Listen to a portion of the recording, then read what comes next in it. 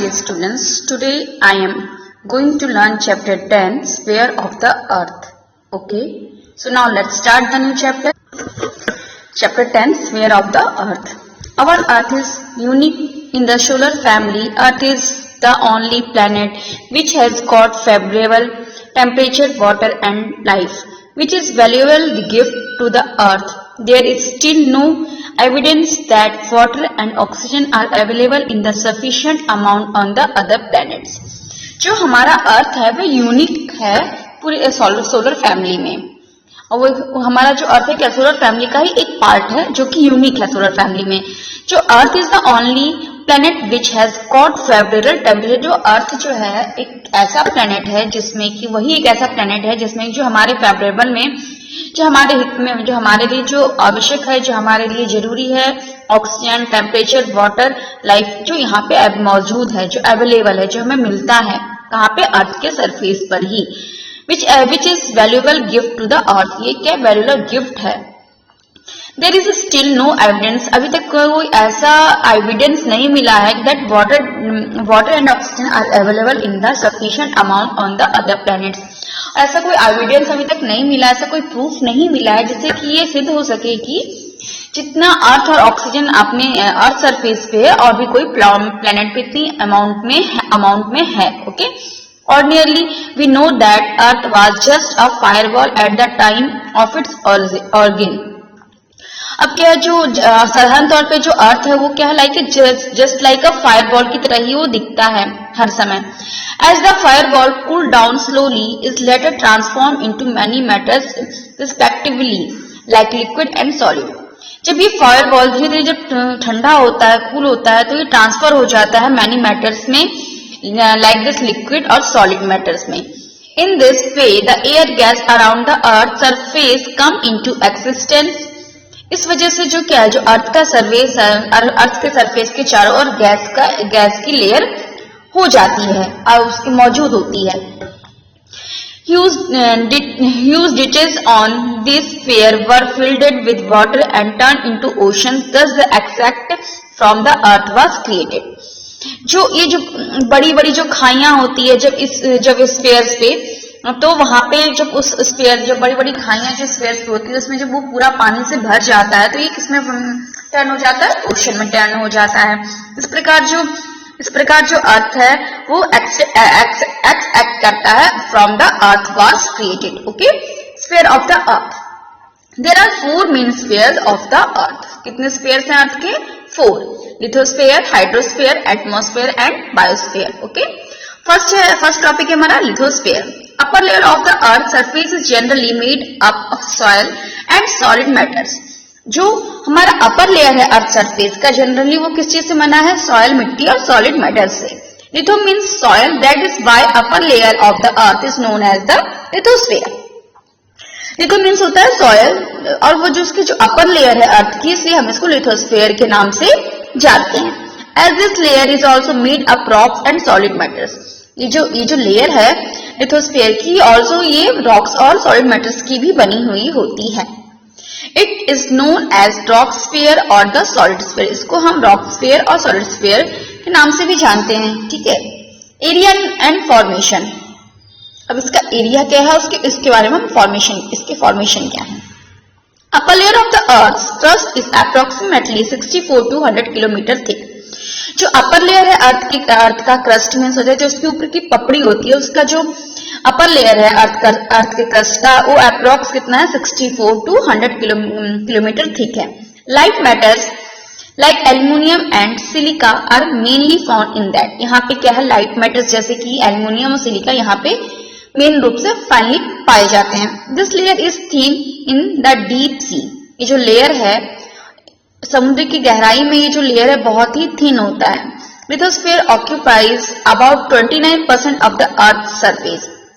जो लिथोस्फीयर है ये मोस्टली 29 जो लिथोस्फीयर है अर्थ के सरफेस से मोस्टली 25% अवेलेबल है. ठीक है, ऑक्यूपाइज है मतलब उतना उसका हिस्सा सुरक्षित है. 29% लिथोस्फीयर का. Mountains, plateaus and plains etcetera are there on this part of land.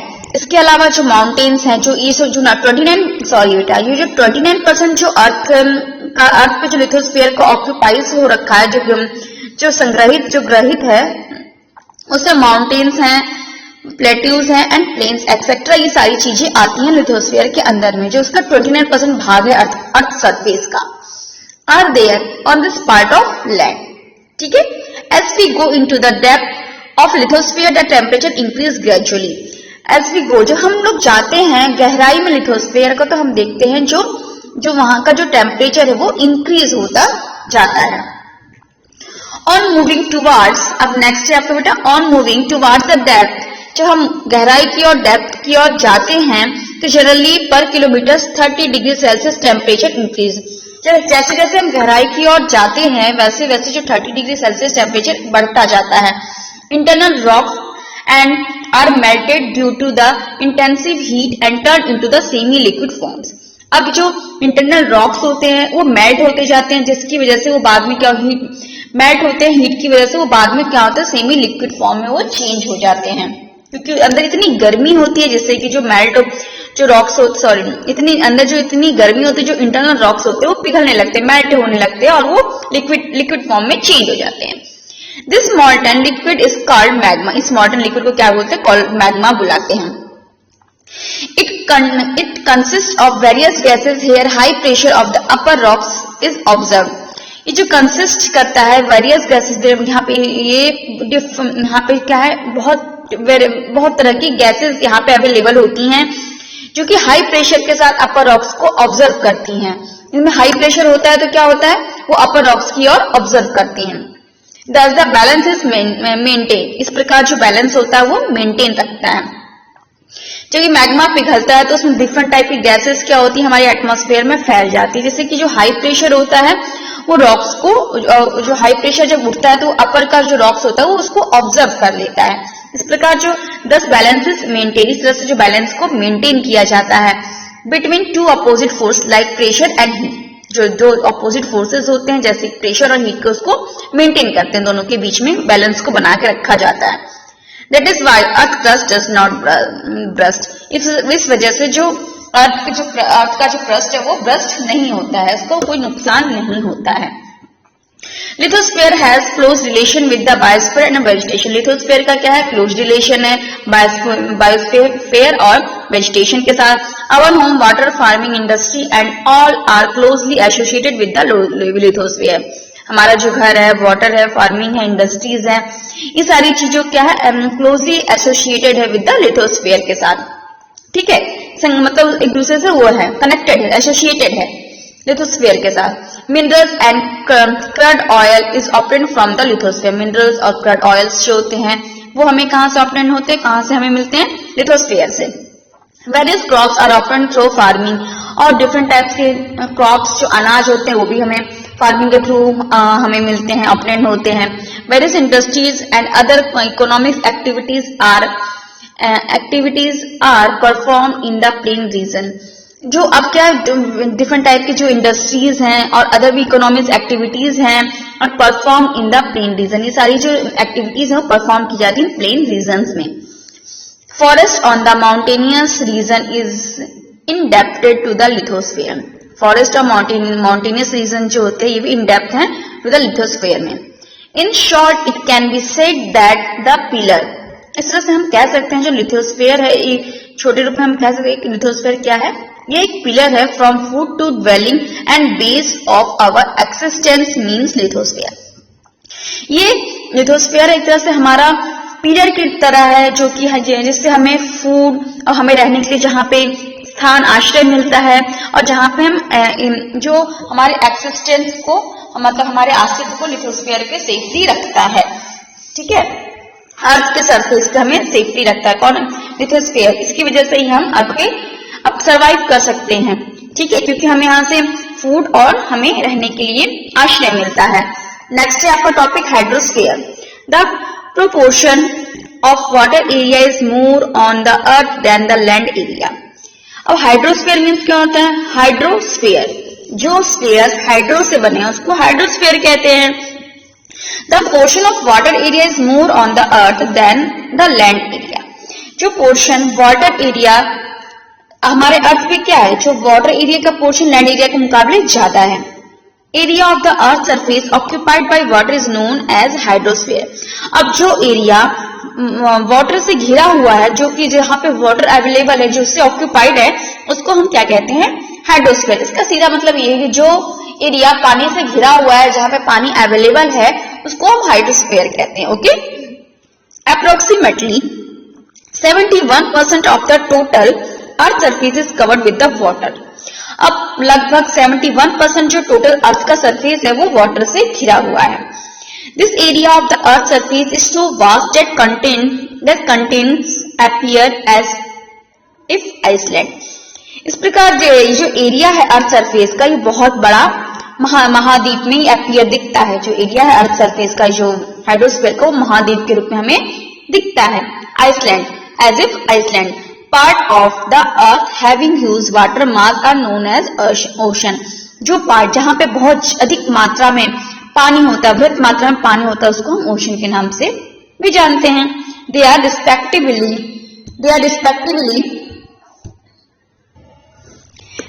respectively well known as the Pacific, the Atlantic, the India and the Arctic Ocean।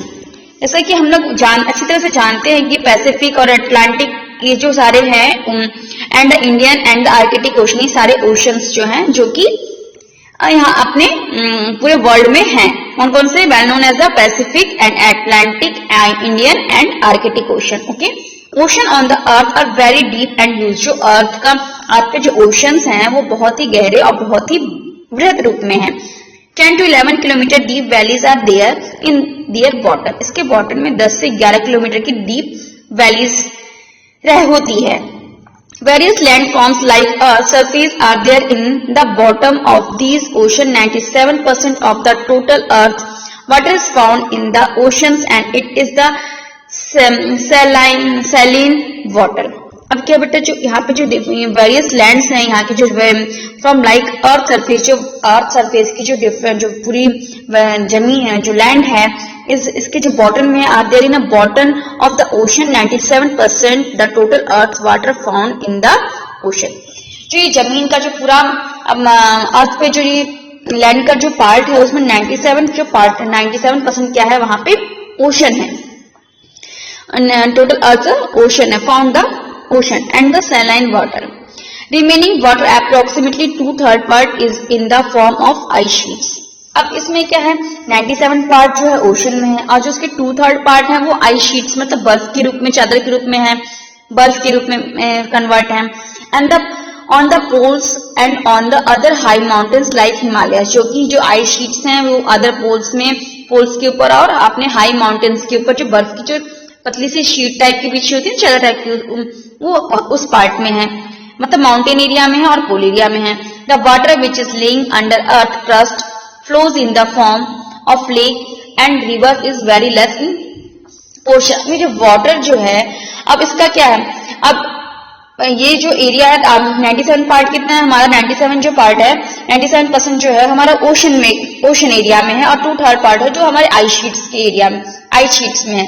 और जो जमीन के अंदर, जो लैंड के अंदर जो पानी होता है, उसकी मात्रा बहुत अधिक कम है, क्योंकि the water which is laying under earth crust flows in the from lake and reverse is very less the proportion.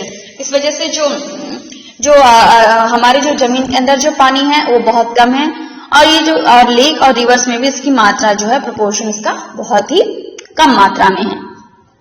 Living creatures and plants on the earth can not survive without water. जो living creatures हैं और plants है, वो बिना पानी के survive नहीं कर सकते अर्थ के ऊपर। It is available through food और through moisture from the air. अब ये जो लिविंग थिंग्स होते हैं, वो यहाँ से क्या फूड कैसे अवेलेबल करते हैं, ये मॉइस्चर के थ्रू एंड एयर के थ्रू ये लोग क्या करते हैं, फूड को ऑब्जर्व करते हैं। फूड और through moisture from the air. Food और मॉइस्चर ये लोग कैसे थ्रू अपने लिए यूज करते हैं, एयर के through.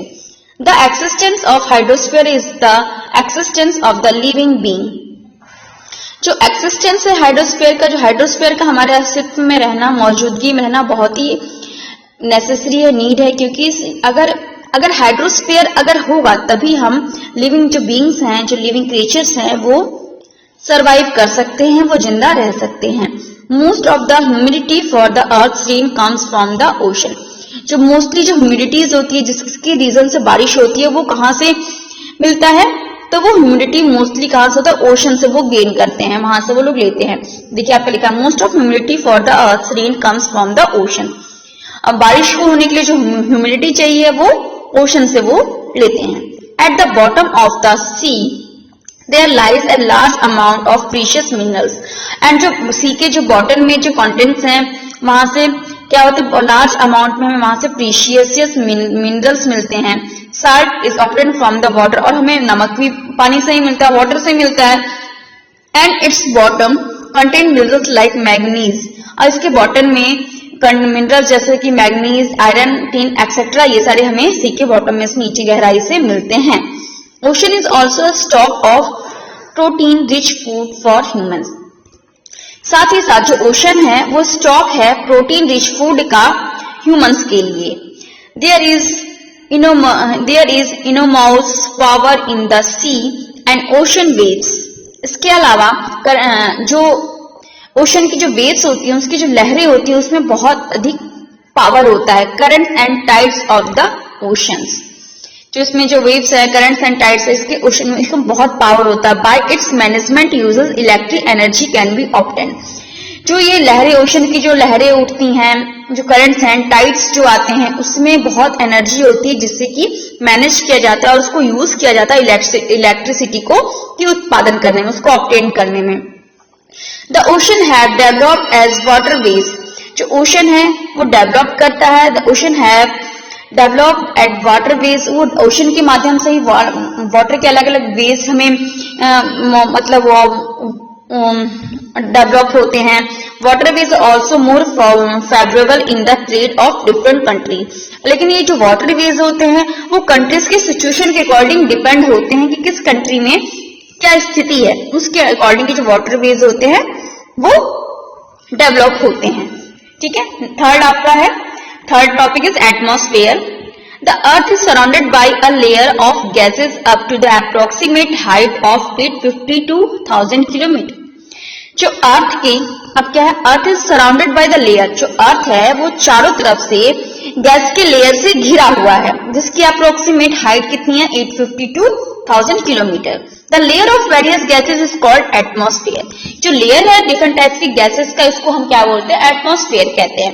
Eight atmosphere can not be seen with the naked eyes. जो ये एटमॉस्फेयर है वो हम अपनी नेक्ड आइज से नहीं देख सकते, अपनी खुली आंखों से नहीं देख सकते। क्यों? क्योंकि इसका कोई शेप नहीं होता, इसका कोई रंग नहीं होता, इसका कोई आकार नहीं होता है। ये मतलब इसको ना हम काउंट कर सकते हैं, इसलिए हम इसको अपनी खुली आंखों से ये जो गैसेस है उसको हम देख नहीं सकते हैं। ठीक है, तो next guys, various gases, water vapour, dust particles and asteroids, salt particles and even microorganism, insects are mixed with the atmosphere. जो डिफरेंट टाइप्स की गैसें होती हैं, बहुत सारी गैसेस होती हैं, water vapours, dust particles of asteroids, salt particles and even microorganism, insect are mixed with the atmosphere. ये सारी चीजें क्या होती हैं?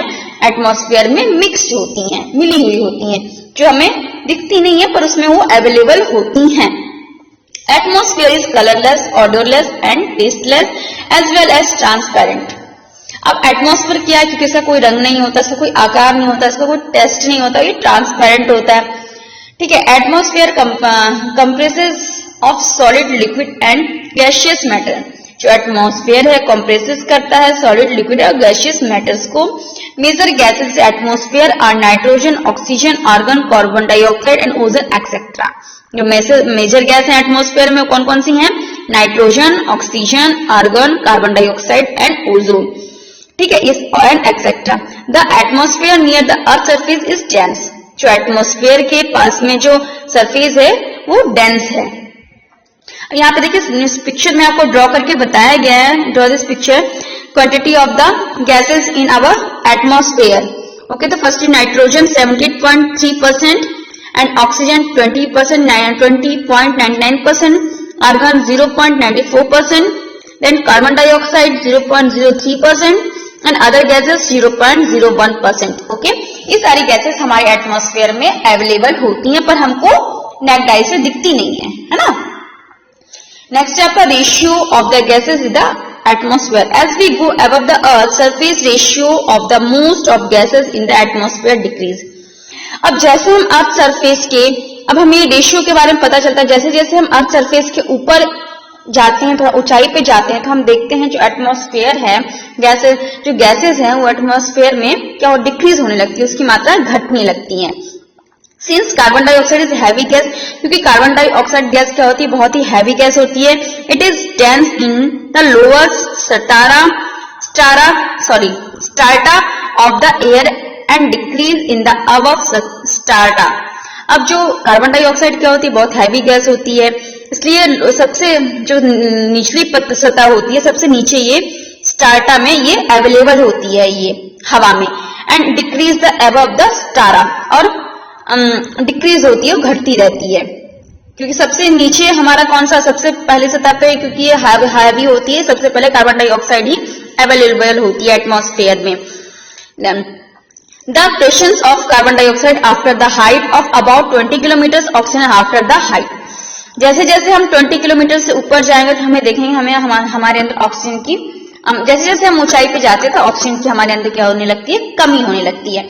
आप लोगों ने इस चीज को देखा होगा कि जैसे जैसे हम ऊंचाई पे जाते हैं, जो माउंटेन्स हिल्स जो चढ़ते हैं जो, तो वो अपने साथ एक ऑक्सीजन की एक बोतल लेके जाते हैं। क्यों जाते हैं? क्योंकि ऊंचाई पे जाने के बाद ऑक्सीजन की मात्रा कम होने लगती है। ठीक है, जैसे जैसे हम आगे बढ़ेंगे हाइट की ओर जाएंगे तो ऑक्सीजन धीरे धीरे हमारे डिक्रीज होने लगेगा, उसकी मात्रा कम होने लगेगी। Okay, of 110 kilometres and nitrogen after the approximate height of 130 kilometres is seen decreasing at height altitudes there are only light gases like hydrogen and helium. अब जैसे जैसे हम ऊंचाई पे जाते हैं 20 किलोमीटर से अब जाते हैं तो ऑक्सीजन, उसके बाद ऑक्सीजन की मात्रा कम होने लगती है, उसके बाद 110 किलोमीटर के ऊपर जाते हैं तो नाइट्रोजन की मात्रा, उसके बाद अप्रोक्सीमेटली और हाइट पे जाते हैं तो 130 किलोमीटर में ये हमें ये सारे सीन जो मात्राएं होती है गैसेस की वो हमें डिक्रीज होनी शुरू हो जाती है। At height altitudes there are only light gases. जैसे जैसे हम हाइट पे ऊंचाई पे जाएंगे वहां पे केवल जो लाइट गैसेस होती है लाइक हाइड्रोजन हीलियम वहां पे अवेलेबल होती है, और जो ऑक्सीजन, कार्बन डाइऑक्साइड, नाइट्रोजन, इन सब गैस की मात्रा धीरे धीरे कम होने लगती है। और ऊंचाई पे जाते जाते जो गैस के वेट सबसे लाइट होता है हाइड्रोजन हीलियम वो अवेलेबल होता है वहां पे। आपका देखिए जैसे इस पिक्चर में आपको दिया गया है 0 किलोमीटर, धीरे धीरे बढ़ाया जाए तो गैस की मात्रा कम होती जा रही है। ठीक है, height of gases in atmosphere. The ratio of ozone gas in the atmosphere is very less. जो रेशियो है ओजोन गैस के एटमॉस्फेयर में बहुत ही कम है। This gas absorbs ultraviolet rays of sun and protects the planet from the excessive heat of the sun। जो ozone जो gas होती है, इसकी जो लेयर होती है ओजोन गैस की, वो बहुत ही इफेक्टफुल होती है हमारी लाइफ के लिए। क्यों? अब आप ये देखिए, जो ये गैस है ओजोन गैस, ये ऑब्जर्व करती है और अल्ट्रावायलेट रेस की, जो सन की जो अल्ट्रावायलेट जो किरणें होती है उसको क्या करती है, ऑब्जर्व करती है ओजोन गैस, और हमें प्रोटेक्ट करती है, हमें भी प्रोटेक्ट करती है, and protect the planet from the excessive heat of the sun. और जब ये अल्ट्रावायलेट सन की रेस को अपने अंदर संग्रहित कर लेती है तो ये प्रोटेक्ट करती है प्लैनेट को, उसकी और सन प्लैनेट को जो सूर्य की गर्मी से। This gas mostly prevails in the open ground at the time of early morning. ये गैस जो है मोस्टली प्रीवेल्स होती है ओपन ग्राउंड में, जब हम मॉर्निंग में जब जाते हैं ओपन खुले आसमान में, एंड द सुबह के टाइम जो हम जब घूमते हैं, वॉकिंग करते हैं, तो उस समय ये जो गैस होती है मोस्टली प्रीवेल्स होती है, हमारे लिए मतलब हमारे लिए लाभदायक होती है, हमारे लिए इफेक्टफुल होती है ओपन ग्राउंड में, जिस समय हम मॉर्निंग वॉकिंग करते हैं अर्ली मॉर्निंग में। इन द सेम वे इस ratio is more in the air around the sea shore. इसी तरह से जो रेशियो है more in the air around the sea shore में भी इसका यही रेशियो है। That is why people go for morning walk in such places because ozone is healthier gases। इस वजह से क्या होता है, लोग मॉर्निंग में ही वॉक करने जाते हैं, क्योंकि उसमें जो सन की जो किरण होती है, ओजोन की जो लेयर होती है वो वो हमारे पास उन्हीं किरणों को आने देती हैं जो हमारे लिए इफेक्टफुल होते हैं, ना कि जो हमारे लिए हार्मफुल होते हैं। जो उनकी जो ज्यादा गर्मी होती है वो अपने अंदर ऑब्जर्व कर लेती है। इसलिए कहा गया है कि मॉर्निंग के टाइम जो वॉकिंग करते हैं वो हेल्दियर होता है, क्योंकि उसमें हेल्दियर गैसेस होती हैं। समझ में आया आपको? वाई डू, इसमें आपके क्वेश्चन है, why do mountaineers carry oxygen bottle which climbing a mountain. अब मैंने आपको जो पहले बताया था, जो जैसे जैसे जो माउंटेनियर्स कैरी जो होते हैं, जो पहाड़ की जो चढ़ाई करते हैं पहाड़ों पे, वो अपने साथ ऑक्सीजन की बोतल लेके जाते हैं। इसका रीजन क्या है? क्योंकि जैसे जैसे वो ऊपर जाते हैं तो उनको ऑक्सीजन की कमी महसूस होने लगती है, जिससे उनको सांस लेने में प्रॉब्लम होती है। इस वजह से वो ऑक्सीजन की बोतल साथ में लेके जाते हैं। Okay, due to the various particles in the atmosphere, sunlight is seen spreading on the earth. अब क्योंकि डिफरेंट टाइप के पार्टिकल्स जो होते हैं एटमॉस्फेयर में अवेलेबल होते हैं, जिस कारण से जो सनलाइट होती है स्प्रेडिंग होती है, मतलब बिखरती है पूरे अर्थ पर। It does not become dark और ब्राइट सडनली। इस वजह से जो पार्टिकल्स होते हैं, इस वजह से क्या होता है, ना तो सडनली ब्राइटनेस होती है, ना ही सडनली डार्कनेस होती है। Sky colours of dawn before sunrise and dust after sunset are because of the dust particles. Their rays are reflected through the dust particles and we get sunlight. अब क्या बेटा, जो dust particles होते हैं अपने atmosphere में available, इस वजह से जैसे आप देखते होंगे कि जब सुबह होती है तो एकाएक ऐसा तो नहीं होता कि पूरा उजाला हो गया चारों तरफ।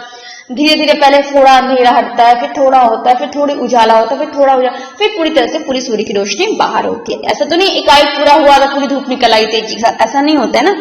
इसी तरह से जब सनसेट होता है तो आप देखते होगे धीरे धीरे पहले थोड़ा अंधेरा होता है, फिर थोड़ा और होता है, फिर धीरे धीरे करके सनसेट होता है और धीरे धीरे डार्कनेस आती है।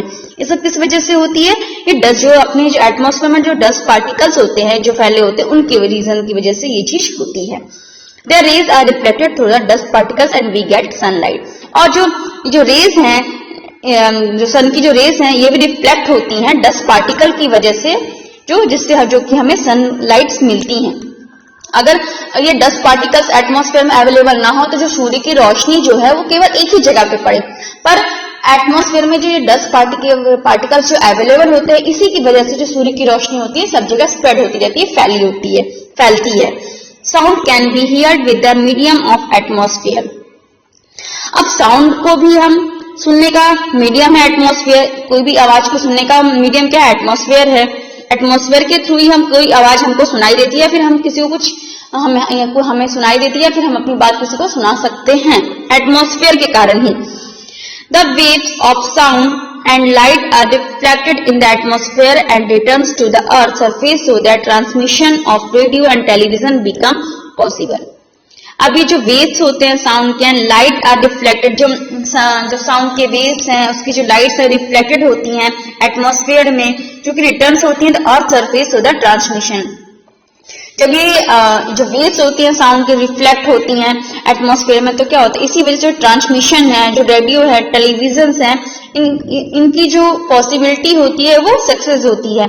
अगर ये ऐसा ना हो तो ये पॉसिबल नहीं है। देखिए, अगर हमारा एटमॉस्फेयर, जैसे कि आप देख लीजिए, अगर एटमॉस्फेयर खराब है, तूफान आ रहा है, आंधी आ रहा है, बारिश हो रहा है, तो हमारे देखते हैं हमारी टीवी में सही से आवाज नहीं आती है, हमारा चैनल सही से ठीक नहीं आता, मतलब उसमें प्रॉब्लम शुरू हो जाती है। तो क्यों? क्योंकि एटमॉस्फेयर क्लियर नहीं है। इसलिए एटमॉस्फेयर का ट्रांसमिशन पे, रेडियो टेलीविजन पे बहुत इफेक्ट पड़ता है, क्योंकि एटमॉस्फेयर की वजह से ये सारी चीजें पॉसिबल होती हैं। विदाउट एटमॉस्फेयर ये ट्रांसमिशन, रेडियो टेलीविजन पॉसिबल नहीं है, क्योंकि इन सबका बहुत ही इफेक्ट पड़ता है। अब ये समझ में है कि एटमॉस्फेयर की वजह से जो transmission of radio and television become possible. Okay, heavenly objects such as meteorites burn due to the friction of atmosphere and get damage.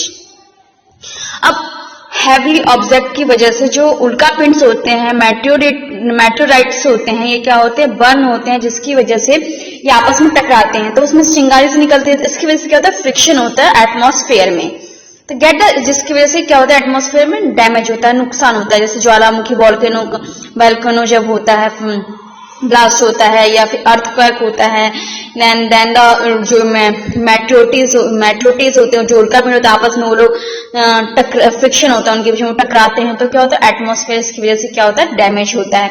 दस atmosphere proves as a natural shield of the earth. इस तरह से क्या होता है atmosphere proof करता है कि एक नेचुरल शील्ड है अर्थ के लिए। ठीक है बेटा, नेक्स्ट है आपका last topic is the biosphere. ठीक है, the part of environment like lithosphere, atmosphere and hydrosphere, wherever living being is seen alive is called biosphere। जो पार्ट इन्वायरमेंट में लाइक लिथोस्फीयर है, एटमॉस्फेयर एंड हाइड्रोस्फीयर है, जहां पे लिविंग बीइंग हमें दिखती है, उसको हम क्या कहते हैं कॉल्ड बायोस्फीयर बुलाते हैं। मतलब सिंपल सी बात है, जो लिथोस्फीयर, एटमॉस्फेयर, हाइड्रोस्फीयर का वो पार्ट जहां पे लिविंग बीइंग, ह्यूमन बीइंग्स और जो और भी जो जैसे कि अपने जो प्लांट्स हैं, ये सारे जो अवेलेबल होते हैं, इन सब जो हमें ये सब जिस रीजन से, जिस चीज पे ये जिंदा रहते हैं, मतलब अलाइव रहते हैं, उसको हम क्या बुलाते हैं बायोस्फीयर। ठीक है, biosphere is comprised of variety of life forms. This living sphere includes human, vegetation and animals life. Biosphere जो कंप्राइज करता है variety of the life forms को, इसकी वजह से living spheres includes humans, vegetation and animals life. यहाँ पे इसकी वजह से क्या होता है बायोस्फीयर के रीजन की वजह से ही जो इसके अंदर जो ह्यूमन बीज हैं और जितने भी वेजिटेशन है, एनिमल्स यहाँ पे जिंदा, इनकी जिंदगी यहाँ पे वो रहते हैं, जिंदा रह पाते हैं, उनकी जिंदगी होती है safe. Living being on the earth surface gets food from biosphere. जो लिविंग बीइंग्स होते हैं वो कहाँ से फूड को गेन करते हैं, तो बायोस्फीयर के थ्रू ही वो फूड को लेते हैं, ऑब्जर्व करते हैं या फिर गेट मिलता है उनको। Organism of biosphere provide variety of food and raw materials to the human world. जो ऑर्गेनिज्म हैं बायोस्फीयर के, वो प्रोवाइड करते हैं वैरायटी ऑफ फूड के and raw materials to the human world, पूरे संसार के लिए, ह्यूमन वर्ल्ड के लिए। Thus, existence and subsistence of human life is based on biosphere। इस प्रकार जो एक्सिस्टेंस है, जो अस्तित्व है, मौजूदगी है, and subsistence of human life का, उसका बेस क्या है बायोस्फीयर ही है। ठीक है, नेक्स्ट है लास्ट है इम्पैक्ट ऑफ ह्यूमन एक्टिविटीज। ठीक है, biosphere is mostly in the balance condition, but when human disturbance disrupts the equilibrium of the system, then only many problem arises। Natural food chain is at risk because development is being done by the exploiting the environment। अब biosphere क्या है, mostly balance condition में रहता है, but कुछ human disturbance, कुछ humans की disturbance की वजह से क्या होता है, इसमें अनबैलेंस हो जाता है, इसके सिस्टम में प्रॉब्लम हो जाती है, जिसकी वजह से क्या नेचुरल फूड चेन जो है वो रिस्क में आ जाता है। क्योंकि जो डेवलपमेंट के चलते, जो अपने विकास के चलते, जैसे कि बहुत अधिक पॉल्यूशन होने से, प्लांट की कटिंग, प्लांट की कटिंग करने की वजह से जो एक्सप्लॉइटिंग होता है, जो असंतुलन होता है एनवायरनमेंट में, वो काफी नुकसानदायक होता है, जैसे कि जो नेचुरल फूड की जो चेन है वो डिस्टर्ब हो रही है। This condition is harmful for human being as well as for environment. और जो कंडीशंस हैं वो हार्मफुल है ना कि केवल ह्यूमन बीइंग के लिए, बल्कि हमारे एनवायरनमेंट के लिए। ओके बेटा, ये